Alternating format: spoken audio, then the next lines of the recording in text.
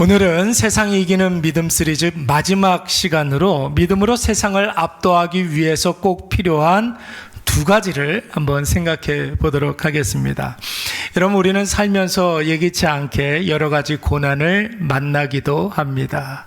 그래서 그 고난을 만날 때마다 당황스러워하고 놀라기도 하고 어떻게 해야 될지 몰라 하기도 하지요. 여러분, 갑자기 우리가 몸이 아플 수가 있습니다. 그렇죠? 여러분, 뭐 예고하고 사고가 오는 게 아니에요. 교통사고 같은 것들. 그렇지 않습니까? 박성미 집사님? 몸이 이렇게 아프고 감기 같은 거 내가 준비하고 감기 앓는 사람이 없습니다. 요즘 감기가 굉장히 유행이고 오래 간다고 하는데 여러분들 조심하시기 바랍니다. 누구나 다 당할 수가 있는 일들이에요. 경제적인 어려움이 올 수도 있고 또 내 잘못이 아닌데 여러분 때에 따라서 억울한 일을 당하고 큰 스트레스를 받을 때도 있죠. 여러분, 이런 삶의 어려움을 어떤 분들은 이걸 잘 이겨내고 이전보다 더 큰 영광을 보는 사람들이 있어요. 그 어려움 가운데 있을 때는 잘 몰랐지만 잘 이겨내고 난 이후에 그 고난의 의미가 무엇인지 깨닫는 사람들이 분명히 있습니다. 근데 여러분, 어떤 분들은 그 어려움을 잘 이겨내지 못하고 고난의 자리에서 주저앉아서 회복되지 못하는 분들도 있습니다. 여러분 보세요. 고난을 똑같이 당하는데 어떤 분들은 잘 이겨내고 어떤 분들은 잘 이겨내지 못해요. 그 차이가 무엇일까요? 저는 제가 생각할 때에는 첫 번째 단추를 잘못 깨서 그렇다, 그렇게 이야기할 수 있는 거예요.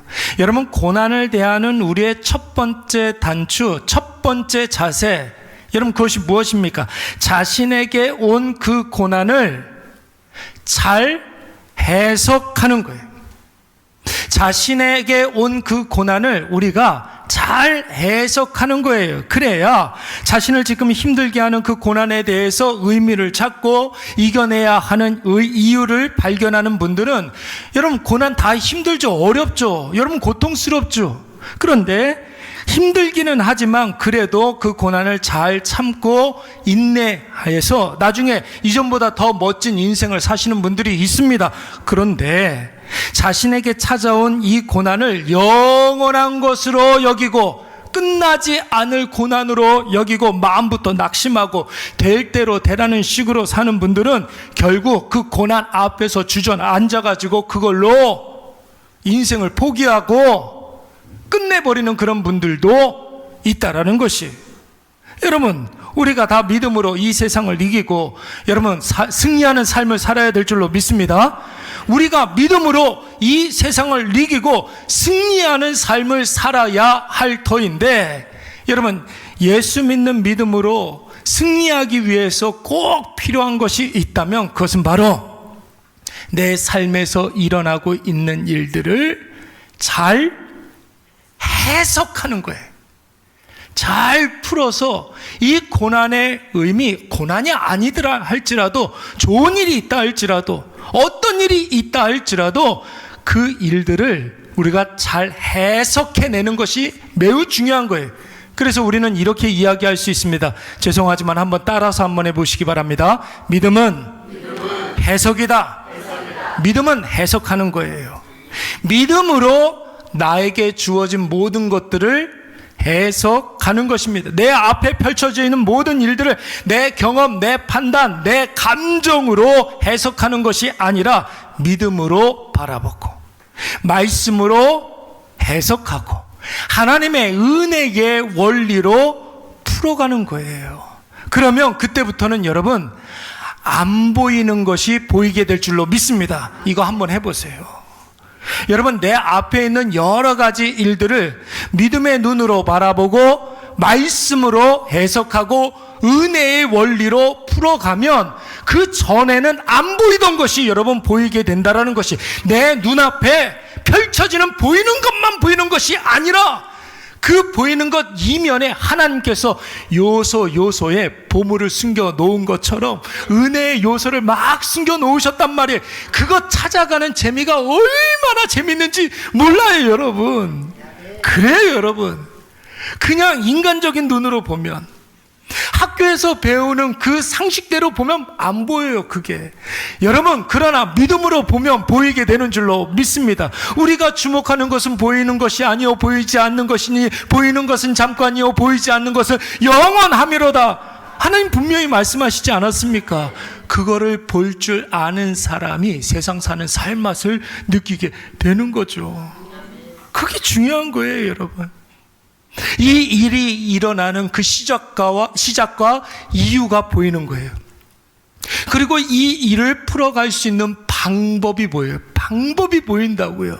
다른 사람들은 방법이 없는데 예수 믿는 사람들은 그 문제를 풀어갈 수 있는 방법이 있는 거예요. 얼마나 통쾌합니까? 그리고 이 일이 지나고 난 다음에 어떤 결과가 있을지, 어떤 열매가 있을지 다른 사람 눈에는 안 보이는데 우리 눈에는 보인다고요. 여러분, 이게 바로 예수 믿는 재미예요. 왜 사람들이 예수를 믿겠습니까? 이 재미로 예수 믿는 거라고요. 다른 사람들은 못 보는데 우리는 볼 수 있는 그거. 이것이 보이면 여러분, 우리가 이기지 못할 고난이 어디 있겠으며 참지 못할 이유가, 인내하지 못할 이유가 어디 있겠습니까? 여러분 보세요.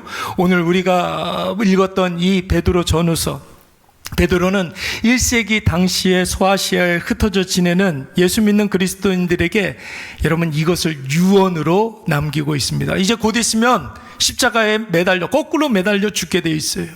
순교하게 되어 있습니다. 근데 자신의 죽음을 앞에 두고 이것을 지금 1세기 당시의 그리스도인들에게 유언으로 남기고 있는 거예요. 지금 로마로부터 가해지는 엄청난 핍박이 있지만, 안으로는 분열이 있고 안으로는 거짓 교사들이 있어서 여러 가지로 고통스럽지만, 믿음의 눈으로 보고 말씀으로 해석하고 은혜의 원리로 풀어가면 하나님의 뜻이 보이고 하나님의 일하심이, 나를 위해서 일하시는 그 일하심이 보이게 된다라는 것입니다. 우리 다 같이 8절과 9절 말씀을 한번 읽어보도록 하겠습니다. 8절 9절 시작. 사랑하는 자들아, 주께는 하루가 천년 같고 천년이 하루 같다는 이 한 가지를 잊지 말라. 주의 약속은 어떤 이들이 더디다고 생각하는 것 같이 더딘 것이 아니라 오직 주께서는 너희를 대하여 오래 참으사 아무도 멸망하지 아니하고 다 회개하기에 이르기를 원하시느니라. 아멘. 여러분, 누누이 말씀을 드리지만 우리의 믿음에는 두 가지 차원이 있어요. 두 가지 차원, 잘 들으세요. 첫 번째는 나에게 주신 하나님께서 여러 가지 상황을 주셨어요. 형편을 주셨고 환경을 허락해 주셨습니다. 그것이 좋은 상황이든 나쁜 상황이든 그 상황을 하나님께서 주셨다는 믿음을 갖는 거예요. 이게 첫 번째 차원입니다. 나에게 주신 상황, 누가 주셨다고요? 하나님이 주셨다는 믿음을 갖는 게 첫 번째. 두 번째는 무엇이냐면 성경 66권이 하나님의 말씀이라는 믿음. 이 두 가지 믿음을 여러분 우리가 갖고 있는 것입니다. 우리가 하나님을 믿는다고 할 때에는 나를 둘러싸고 있는 모든 상황 하나님께서 주셨고, 그 상황을 해석할 수 있는 성경, 이 하나님의 말씀을 우리에게 주셨다는 이 두 가지를 우리가 믿는 거예요. 그러니까 여러분, 이 두 가지 믿음이 있으면 지금 내가 힘들어하고 고통스러워하는 그 문제를 풀 수 있는 굉장히 중요한 공식 하나를 얻을 수 있게 됩니다. 여러분, 그것이 무엇입니까? 하나님이 나에게 주신 이 상황 믿음으로 바라보고 말씀으로 해석하고 은혜의 원리로 풀어가면 여러분 이 상황 속에 숨겨두신 하나님의 놀라운 은혜를 발견할 수 있다라는 것이에요. 여러분, 하나님은 사람이 아니에요. 보이는 것대로만 하나님께서 존재하시는 분이 아닙니다. 하나님께서는 보이지 않으신 분이시기 때문에 보이지 않는 곳에서 역사하시는 분이십니다. 하나님이 우리에게 눈에 보이는 이 상황을 주셨는데 이 상황 이면에 보이지 않는 곳에 하나님께서는 우리가 볼 수 없는 크고 은밀한 비밀을 숨겨 놓으신 줄로 믿습니다. 그걸 찾는 게 신앙생활이라고요. 내 경험, 내 판단, 내 감정으로 보면 절대로 볼 수 없는, 그러나 믿음으로 보면 보이는, 말씀으로 해석하면 풀어지는, 은혜의 원리로 여러분 풀어지면 우리가 얻어질 수 있는 그것이 있어요. 여러분, 이게 바로 신자와 불신자의 차이점입니다.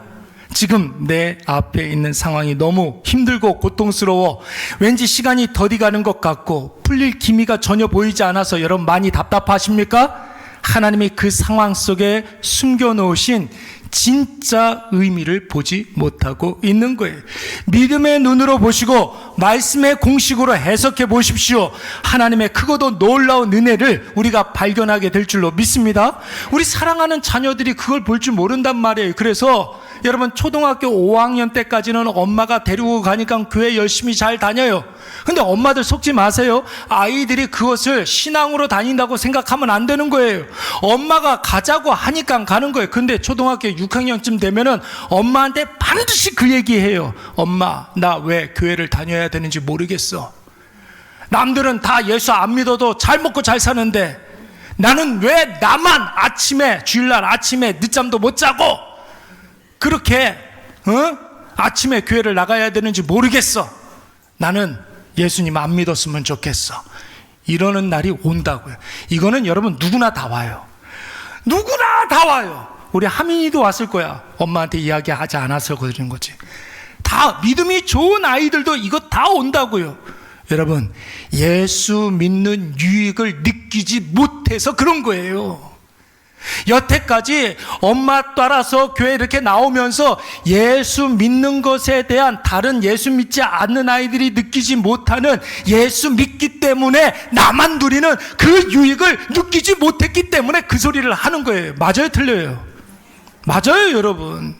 그것을 그래서 부모가 평상시에 초등학교 6학년 되기 전에 여러분, 누누이 나에게 임하는, 엄마의 세대에 임하는 그 은혜를 아이에게 해석해주고 풀어주고 설명해 줄 수 있어야 하는 거예요. 아이가 듣든지 안 듣든지 엄마에게 임하는 아주 작은 은혜라 할지라도 그 은혜를 풀어서 아이에게 설명해 줄 수 있어야 돼요.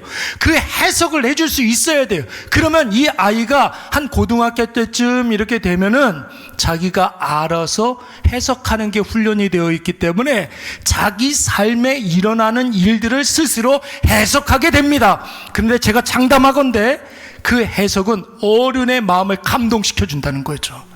아이 때문에 하나님 살아계신다는 사실을 부모가 더 많이 깨닫게 된다고요. 그러니까 여러분 우리가 해석하는 훈련을 해야 되는 거예요. 내 삶에 아주 작은 변화라 할지라도 그 변화를 해석할 수 있는 것을 훈련해야 돼요. 신앙생활은 그것을 훈련하는 거예요. 내 앞에 일어나는 작은 변화라 할지라도 믿음의 눈으로 보고 말씀으로 해석하고 은혜의 원리 공식으로, 은혜의 공식으로 내 모든 삶의 문제들을, 일어나는 일들을 여러분 풀어가면 그 속에 하나님께서 숨겨놓으신 보물을 여러분 발견하게 될 줄로 믿습니다. 야곱이 라반의 집에서, 외삼촌 라반의 집에서 20년 동안 머슴살이 하다가 드디어 온 가족들과 함께 그리고 자신의 재산을 가지고서 이제 고향 땅 가나안 땅으로 돌아가고 있습니다. 야곱이 여러분 이 당시 이제는 됐다, 외삼촌 라반의 집에서 나왔으니 이제는 나에게 고생 끝, 행복 시작이다, 뭐 이런 생각을 했습니다. 그런데 여러분, 고난은 예상하지 못한 데에서 오고 있습니다. 예고하고서 고난 오는 법은 없어요. 야곱이 그런 부푼 꿈을 가지고서 가나안 땅으로 가는 도중에 여러분 예기치 못한 고난을 만나게 됩니다. 여러분, 그것은 다름 아닌 그가 가장 사랑하는 아내가 몇 명이었어요? 야곱은 4명이었어요. 얼마나 힘들겠어요, 그렇죠? 여러분, 4명 중에 제일 사랑하는 아내 이름이 뭐예요? 라헬이 이제 고향 땅에 가서 사랑하는 아내와 알콩달콩 행복하게 살고자 했는데 고향으로 돌아가는 그 길 가운데 라헬이 출산을 하다가 그만 죽어버립니다. 여러분, 라헬 입장에서 한번 생각을 해보세요. 라헬 입장에서 결혼해서 지금까지 20년 동안 아버지와 남편 사이에서 이러지도 못하고 저러지도 못하는 불편한 하루하루를 살다가 이제 겨우 아버지 집을 나와서 남편 고향에 가서 평안하게 살려고 했는데, 행복하게 살려고 했는데, 출산을 하다가 길바닥에서 지금 자신이 죽게 생겼어요. 더욱이 이렇게 자기가 난산으로 객사해 버리면 지금 자신이 낳은 이 아이, 이 핏덩이 아이는 여러분 얼마나 고생하겠습니까? 엄마 없이 자랄 생각을 하니까. 그리고 배다른 형제 그 틈바구니 속에서 이 아이가 자랄 생각을 하니까 엄마 마음이 여러분 어때요? 너무 슬픈 거예요. 너무 괴로운 거예요. 그래서 라헬이 자기가 죽어가면서 자기가 마지막으로 낳은 이 아이의 이름을 지었으니 그 이름이 무엇이냐면 바로 베노니예요. 베노니. 무슨 뜻입니까? 마음이 너무나 슬프고 괴로워서 슬픔의 아들이라고 이름을 지었어요. 슬픔의 아들. 지금 이 상황이 너무나 슬프고 고통스럽다는 거예요. 그런데 라헬이 죽고 난 다음에 이 세상을 떠난 직후에 야곱이 이제 아내 떠나고 나서 이렇게 아들, 이렇게 마지막으로 낳은 아들 이렇게 보니까 여러분, 이 아이가 평생을, 이름이 뭐예요? 베논이잖아요. 어떻게 살아야 됩니까? 슬픔의 아들이라는 이름으로 살아야 되는 거예요. 아니, 이름을 지을 때는 그 마음은 이해는 되는데, 그 마음이 슬퍼서 괴로워서 이렇게 지어놓은 것은 이름이 여러분 이해가 되는데, 그렇지 않습니까? 돌림자는 원자요 셋째로 태어났으니까 삼원, 이해가 되잖아요. 근데 평생 이 삼원이라는 이름을 가지고 살아야 되는 것을 왜 생각하지 못했느냐고.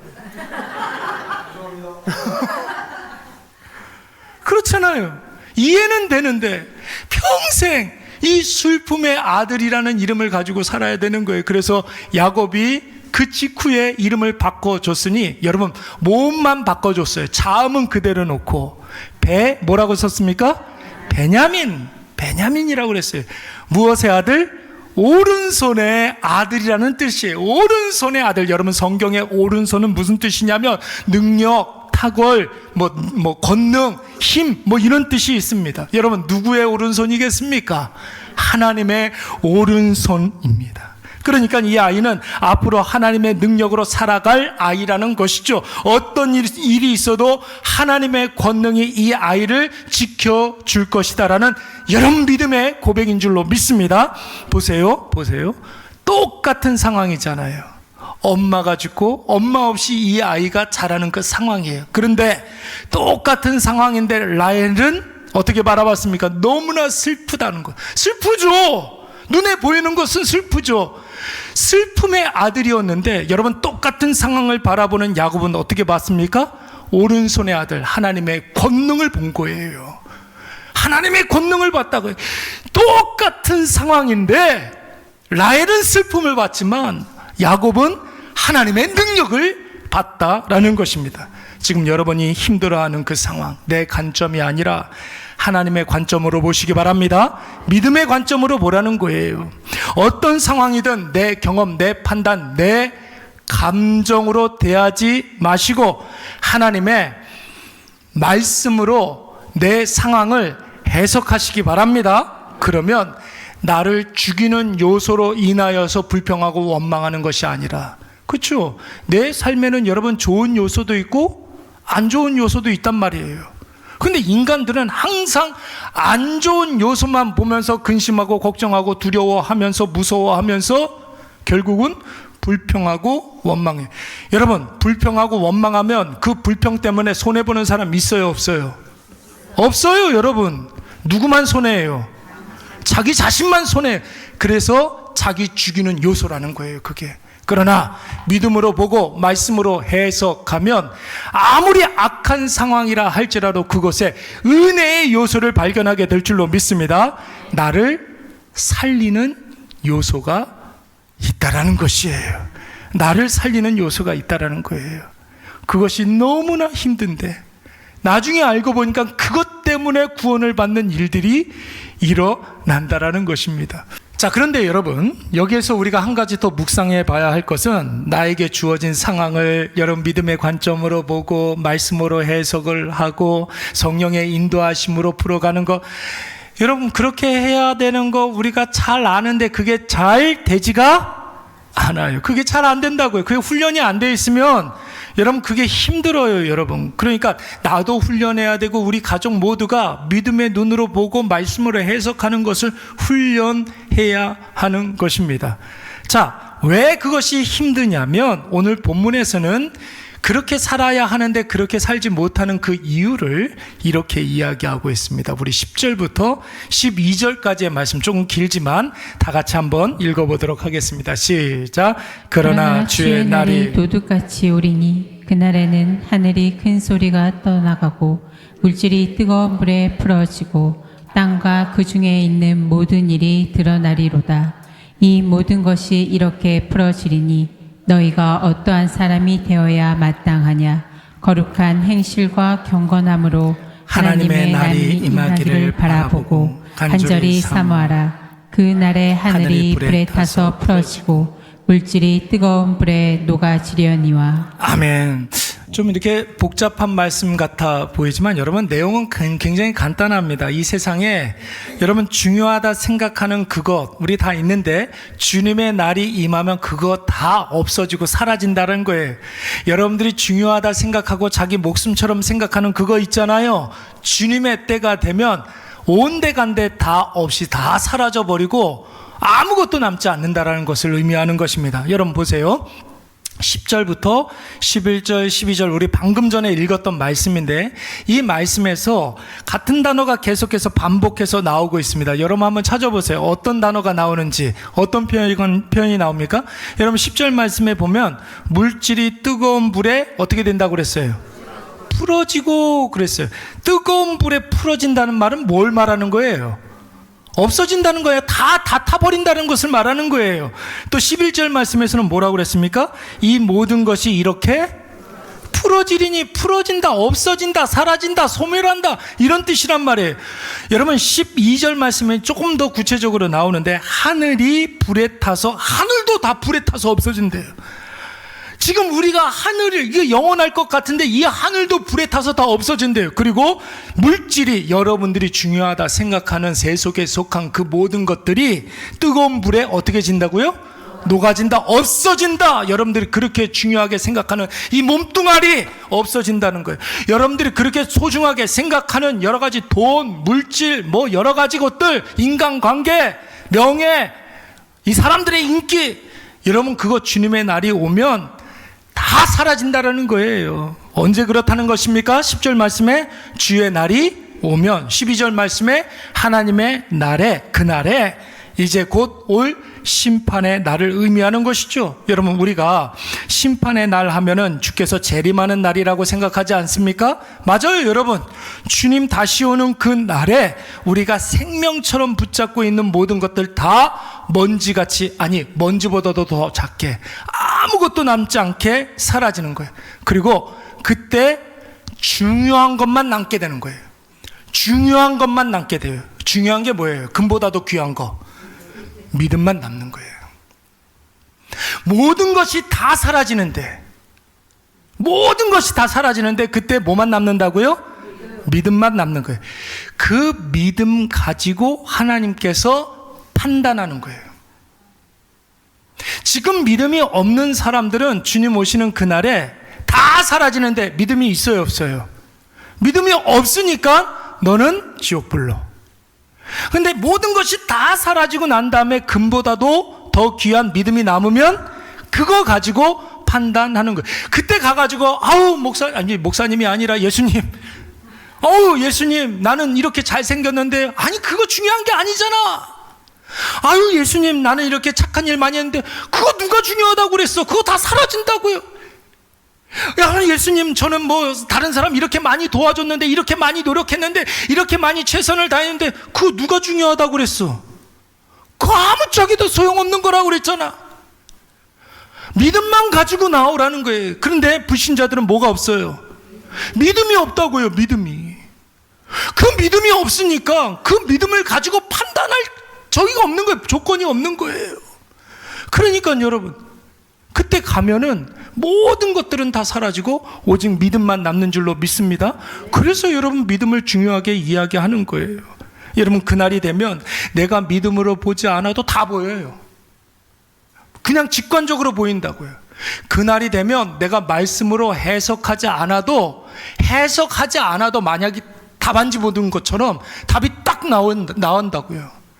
여러분, 우리의 모든 상황, 우리의 형편, 처지, 환경, 삶의 모든 정황 속에 있었던 하나님의 뜻, 숨겨진 하나님의 계획, 하나님께서 일하심, 하나님의 은혜, 하나님께서 우리에게 주시고자 하는 모든 것들이 찾지 않아도 다 드러나게 되어 있어요. 그때는 여러분, 해석이 필요 없는 때예요. 심지어 불신자들도 모든 상황 속에 깃든 하나님의 뜻을 보고 하나님의 일하심을 경험하게 될 줄로 믿습니다. 여러분, 그때는 불신자들도 본다고요. 믿음이 없어도 주님의 날에 우리가 생명처럼 생각했던 것 다 소멸해버리고 심판이 임하는 것을 믿지 않는 사람들도 보여요. 그런데 여러분, 기회가 있습니까? 없습니까? 그들에게는 기회가 없어요. 늦었어요. 미안하지만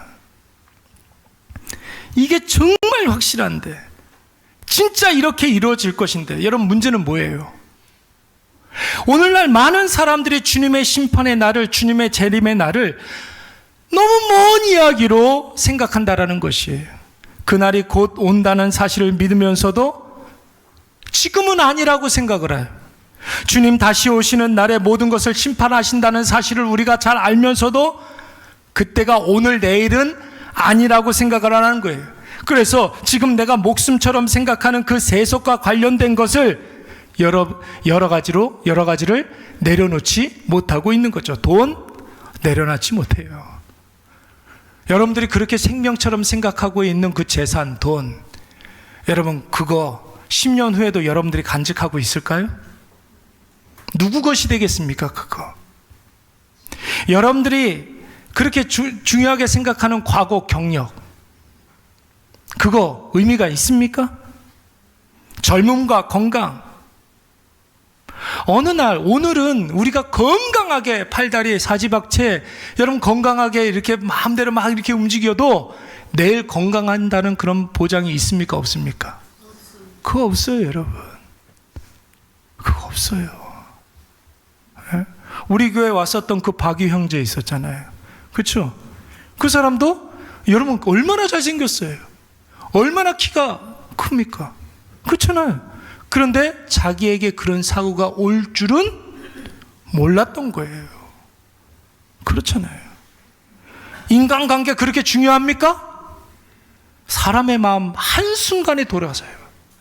한순간에 돌아서요. 누가 자신합니까? 그러나 여러분 꼭 기억하시기 바랍니다. 10절 말씀에 보시면 그날이 어떻게 온다고요? 도둑같이 온다라는 거예요. 도둑이 예고하고 옵니까? 부지불식간에 내가 방심하고 있을 때, 내가 괜찮다 생각할 때, 그때 주님의 날이 오는 거예요. 물론 여러분 그날이 우리 주님 구름 타고 다시 오시는 그런 재림의 날이기도 하지만, 여러분 사람들이 그날을 오늘은 아니다, 먼 나라 이야기다, 아직 멀었다 이렇게 생각할까 봐 하나님께서는 개인적인 심판의 날을 주시기도 하셨어요. 개인이 마지막 순간에 그것을 깨닫는 그 순간이 분명히 옵니다. 여러분, 심판의 날은 우주적인 큰 개념의 심판의 날이 의미도 있지만 개인에게 부여하는 작은 의미로서의 심판 날도 있는 거예요. 우리 다 그거 경험하게 돼요. 내가 쥐고 있는 거, 쥐고서 바들바들 떨고 있는 그것을 여러분 어쩔 수 없이 내려놓는 그날이 온다고요. 어쩔 수 없이 그거 내려놓는 그날이 와요. 아니 생각해 보십시오. 여러분들 중고등학교 때 여러분들이 그렇게 죽고 못 살던 친구들 있잖아요. 엄마보다도 더 중요한 그 친구들, 아빠보다도 더 중요한 친구들, 그 친구들 지금까지도 만납니까? 그때 중요한 것이 지금은 중요하지 않을 수가 있는 거예요. 어저께 중요했던 것이 오늘 중요하지 않았던 거예요. 전에 우리 교회 잠깐 나오던 분 중에 그런 분이 있었어요. 서울대 출신인데 삼성 대기업의 임원까지 하셨던 분이 있었어요. 여러분, 그분 맨날 만나면은 맨날 뭐라 그러냐면 서울대, 삼성, 이병철, 이건희, 이재용, 맨날 그 소리만 2시간, 3시간씩 해요. 그분 그때 나이가, 그때 당시에 4년 전, 5년 전이었는데 그때 나이가 84세였어요. 근데 여러분, 그분이 교회 떠난 이유가 뭔지 아십니까? 우리 교회 떠난 이유가? 성경 20독 30독 하는 것보다, 제가 그랬어요. 성경 20독 30독 하는 것보다 성경 말씀 한 절이라도 곱씹으면서 완전히 내 것으로 삼는 것이 중요합니다. 제가 그 말했다고 떠났어요. 목사가 수준이 낮아가지고 상대할 수가 없다는 거예요. 네. 학력이 너무 낮으니까 저런 소리만 한다는 거예요. 그래서 교회 떠났어요. 그의 아내는 화장실에 화장지가 떨어졌다고 교회 떠났어요. 아직도 학벌주의, 특권의식을 내려놓지 못하고 있는 거예요. 세상의 가치는 여러분 시간이 가면 다 사라져요. 여러분, 빨리 내려놓지 않으면 지금 내가 붙잡고 있는 그것 때문에 결국 더 비참하게 되는 거예요. 어쩌면 지금 내가 힘든 이유, 여전히 하나님과 상관없는 세상에 속해 있는 그것을 내려놓지 못해서 지금 그것 때문에 고통스럽고 비참한 것일 수가 있는 거예요. 여러분 꼭 기억하십시오. 믿음은, 우리 한번 따라서 한번 해보겠습니다. 믿음은 비움이다. 무엇을 비워야? 나 자신을 비워내는 거예요. 내 감정, 내 판단, 내 경험, 이런 걸 비워내는 거예요. 세속에 속한 것, 하나님과 상관없는 것, 그거 내려놓는 거예요. 내가 비우지 않으면 여러분 절대로 체험을 받을 수가 없습니다. 누가복음 24장 말씀에 보면 예수님께서 십자가에 달려 죽으셨어요. 예수님을 이제 무덤에 안치시켜 놨는데 어떤 여인들이 예수님의 시신에 향유를 바르기 위해서 예수님의 무덤을 방문했습니다. 여러분, 이스라엘의 매장 방식은 땅속에 매장하는 것이 아니라 자연 동굴이나 인공 동굴에 넣어서 그곳에 매장하잖아요. 그래서 여러분, 이 동굴 입구를 이렇게 막아놓지 않습니까? 여러분, 그래서 이스라엘의 무덤은 이 돌문만 이렇게 제껴놓으면 누구나 다 들어갈 수가 있습니다. 그래서 여인들이 예수님의 시신에 향유를 바르기 위해서 예수님의 그 무덤을 방문했던 거예요. 그런데 여러분, 여인들이 무덤에 도착했는데 무덤을 막고 있던 돌문이 이렇게 제껴져 있는 거예요. 이상하다 생각해서 여인들이 무덤에 들어가 봤는데 마땅히 있어야 할 예수님의 시신이 있어요, 없어요? 없는 거예요. 무덤 안에는 여러분 시신이 있어야 됩니다. 그래야 무덤이죠. 그런데 시신이 없어요. 빈 무덤이에요. 일반적인 상식으로는 우리 예수님 시신을 누가 갖고 갔나? 뭐 이렇게 이야기할 수 있지만 예수님 이미 돌아가시기 전에, 죽으시기 전에 수도 없이 3일 만에 다시 부활할 것을 예고하셨습니다. 3일 만에 부활할 것을 예고하셨어요. 그런데 그 예수님의 시신이 없어진 거예요. 뭐 하신 거예요?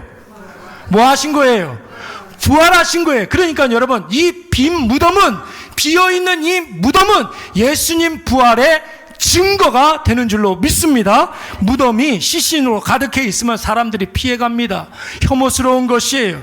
그 무덤 그대로 있지만 예수님 시신을 넣어놓은 무덤이 빈 무덤이 되었다는 것은 예수님 부활의 증거가 되는 것이죠. 여러분, 내 안에 나 자신을 비워내야 내 안에서 예수님이 주인 노릇을 하실 수가 있는 거예요. 제가 지난번에도 한번 말씀을 드렸는데 저희 아내하고 저희 딸하고 이렇게 투썸 앞을 이렇게 지나가다가 같이 이렇게 지나가다가 3명이 동시에 땅에 떨어져 있는 지갑을 발견했어요. 두툼해요.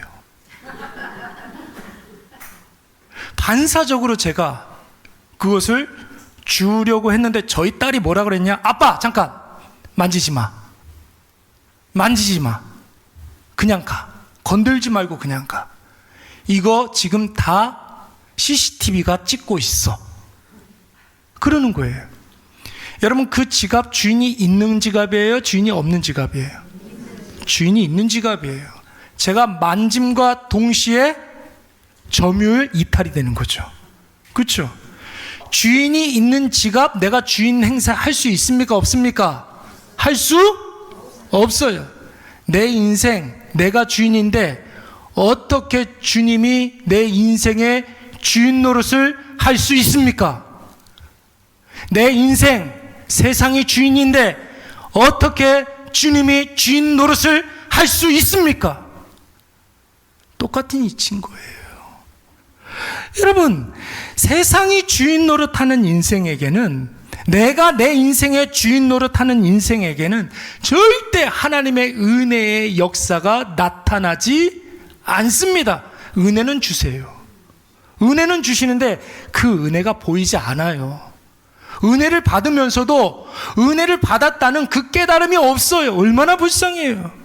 사랑하는 여러분, 비워내야 체험을 받게 되는 줄로 믿습니다. 예수님이 이 세상에 가장 복된 사람 뭐라고 이야기를 하셨느냐면, 심령이 가난한 자는 복이. 심령이 가난한 게 뭐예요? 자기 자신을 다 비워낸 사람을 말하는 거예요. 비워낸 내 심령에 무엇을 주신다고요? 천국을 주시는 거예요. 천국을 주시는 거예요. 천국을. 여러분, 이 세상에 천국을 찾아볼 수 있습니까? 없어요. 그런데 아무도 줄 수 없는 그 천국을 주신다고 그랬어요. 나를 비워내면 거기에 천국을 주신다고요. 할렐루야. 예수님이 이것을 몸소 보여주신 분 아닙니까? 예수님 이 세상에 어떻게 오셨어요? 빌립보서 2장 5절 말씀에 보니까, 여러분, 자기를 비워서 종의 형체를 가지사 사람들과 같이 되었다고 그랬어요. 자기를 비웠다고 그랬어요. 심지어는 여러분, 예수님께서 종의 형체를 가지고 사람과 같이 되어서, 우리도 십자가에 달려 죽지 않는데 예수님은 십자가에 달려 죽으셨다, 거기까지 하셨단 말이에요.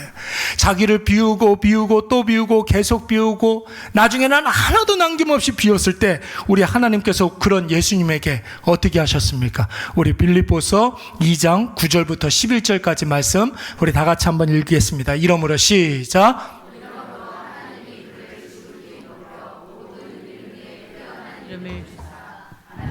있는 자들과 땅에 있는 자들과 땅 아래에 있는 자들로 모든 무릎을 예수의 이름에 꿇게 하시고 모든 입으로 예수 그리스도를 주라 시인하여 하나님 아버지께 영광을 돌리게 하셨느니라. 아멘. 예수님이 자기 자신을 비우고 비웠더니 그의 이름을 지극히 높여서 모든 이름 위에 뛰어난 이름으로 만들어 주셨다라는 거예요. 할렐루야. 사랑하는 여러분, 이제 말씀 맺겠습니다.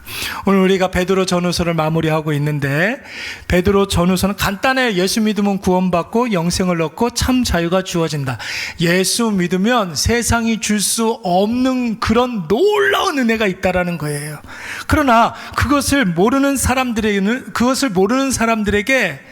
핍박을 당할 수밖에 없다라는 것이죠. 고난은 없을 수 없으니 잘 참고 인내하면 반드시 믿음으로 승리하게 된다. 여러분, 이게 베드로 전후서 말씀이란 말이죠.